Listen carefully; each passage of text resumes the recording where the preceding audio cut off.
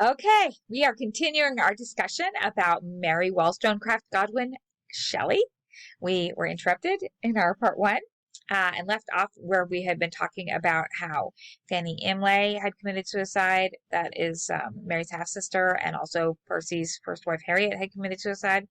And then he and Mary had, or Percy Shelley and Mary had married so that they could claim custody of Percy's two children from his marriage with Harriet, but the courts deemed him an unfit parent and awarded the custody of his two children to a clergyman instead. I mean, pretty shocking that a clergyman would get them over, the father. And presumably because of the way he lived his life, that it was considered immoral, that he was, with Mary and with maybe other women too, and, was with Mary while he was married to Harriet, and Harriet committed suicide, so anyway, pretty sad, pretty tragic already. So, Mary and Percy traveled about a lot, and as they went, so too did Mary's stepsister, Claire Claremont.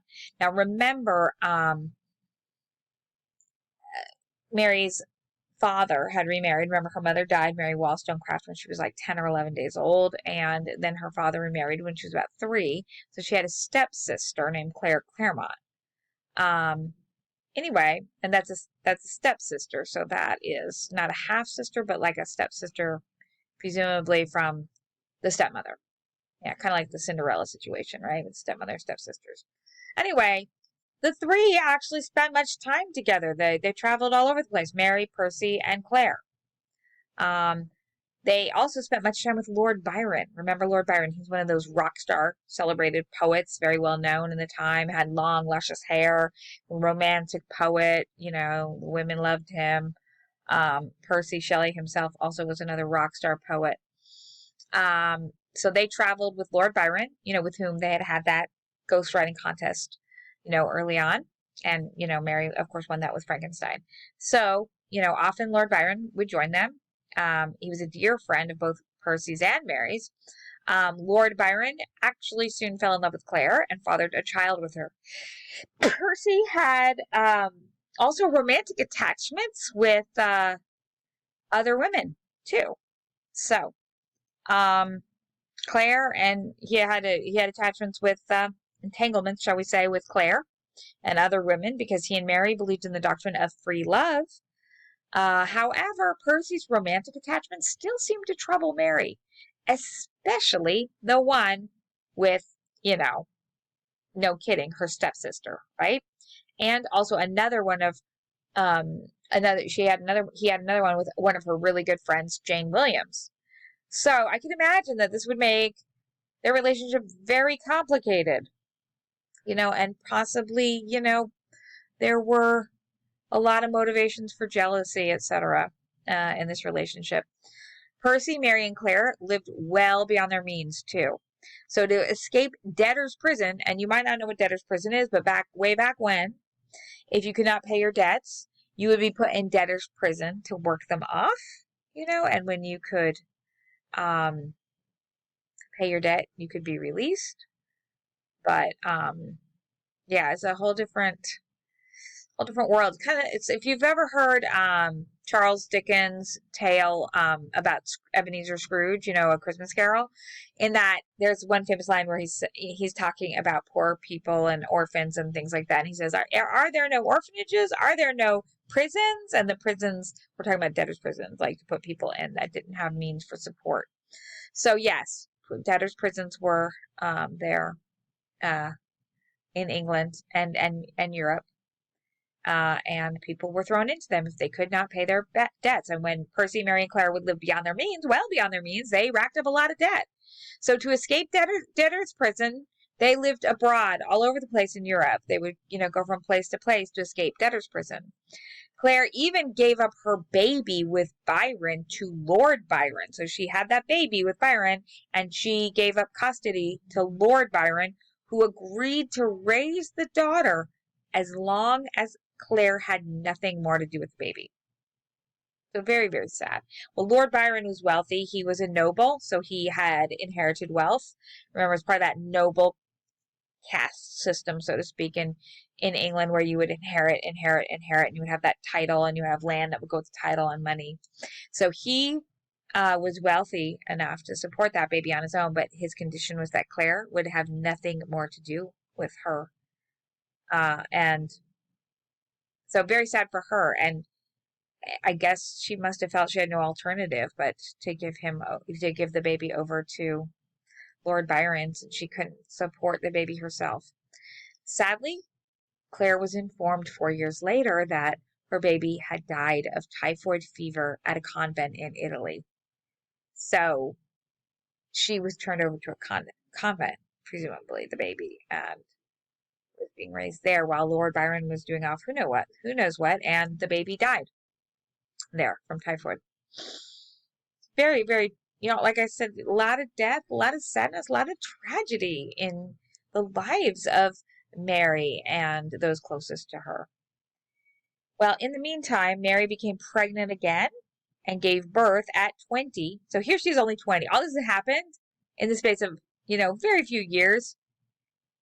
And she's already pregnant with her third child. If you remember, she was pregnant with her first child with Percy when she was only 17. Now, on her third child, she gave birth in 1817 to another daughter. But that daughter died of dysentery at 6 months old. There's a lot of disease and death at this time. I don't know if you remember from reading Abigail Adams' letters. She constantly talked about all the disease and death that plagued their lives there too in Massachusetts. Like children were getting sick and dying all the time. It reminds me of like what we're dealing with, but what we're dealing with is like tip of the iceberg, right? Because we deal with COVID, but it's not as if we're knowing personally people's children dying within our friends' families left and right. But that's what this time was in history, because people did not have good access to medical care. They didn't understand how the body or sickness worked.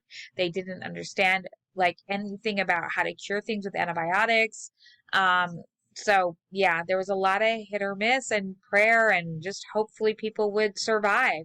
Sometimes the things they would do to cure them would even work against their survival, which was like bleeding them. They would bleed them to take out like the bad humors or the bad blood that they thought was inside of them that was causing the illness. So of course they're now depleting their body of the iron and the oxygen and some of the things that they would need to try to get over it, but they didn't understand that back then. That was the state of healthcare.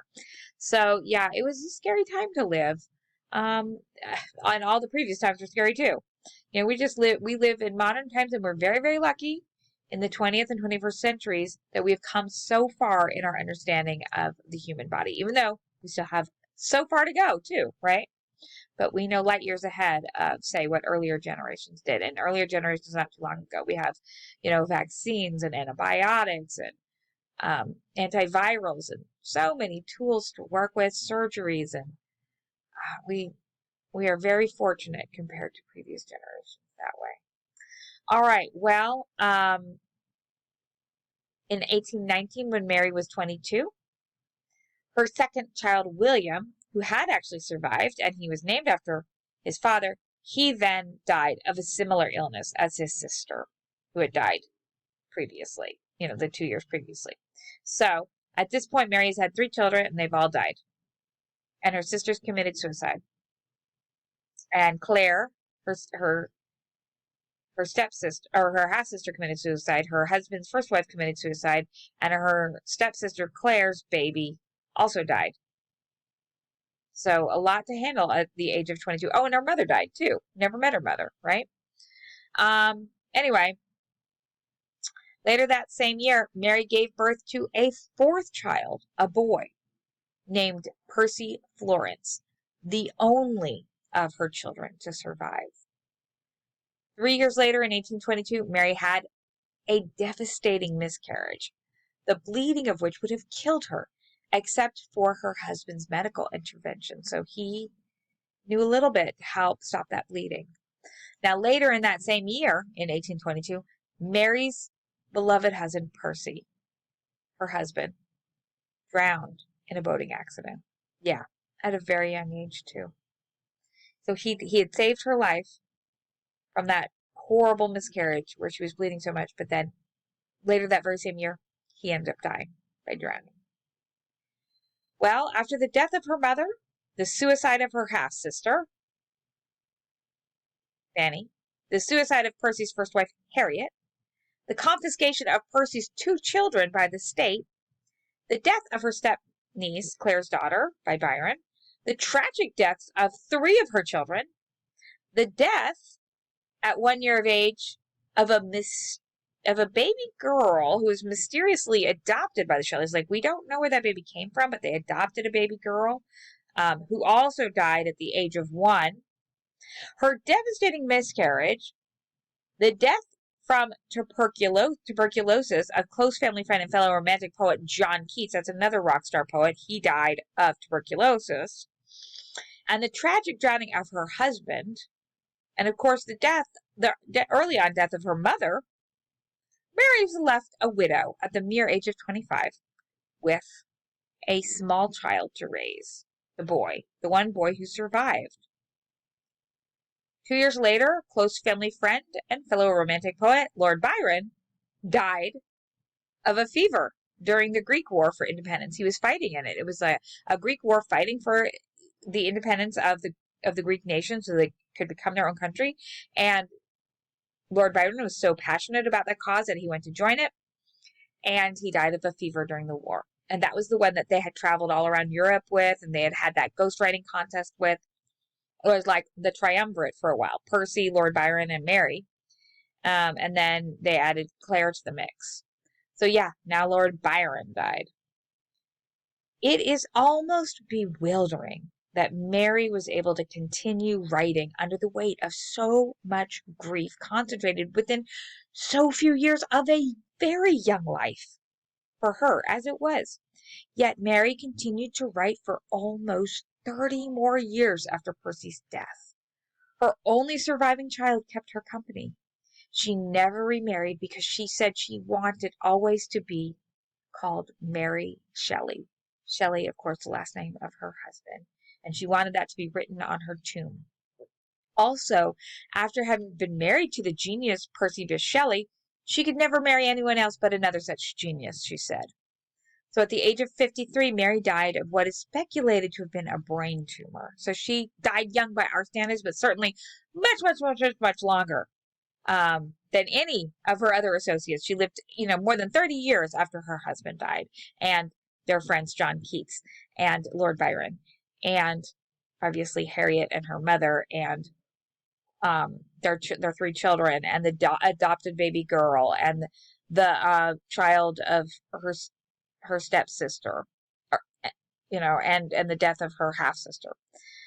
Anyway, themes of death, resurrection, and immortality run throughout Mary's works, perhaps in response to her young experiences with so much death and tragedy.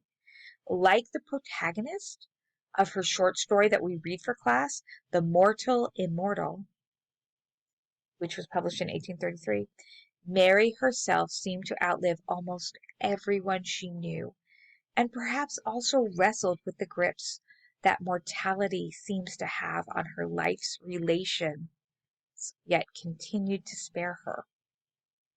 So yeah, mortality gripped her life in the deaths of all these surrounding people, yet it continued to spare her till she died at 53. So this short story we're going to read deals with those kinds of themes, and also it's a science fiction story. So, going along well with the fact that she did inaugurate that science fiction genre, according to many, in the novel of her Frankenstein, in the novel of hers called Frankenstein. And so you've got similar themes continuing on here with experimentation with alchemy, which is the science to change one element into another. So like to turn some sort of metal into gold.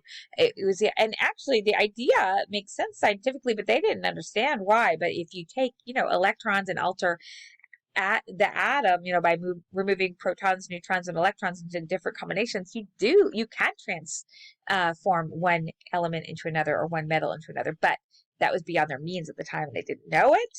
But nowadays we have those means. It's just still very difficult. All right. Enjoy Mary Shelley and the work of hers we read for class, The Immortal. Thanks.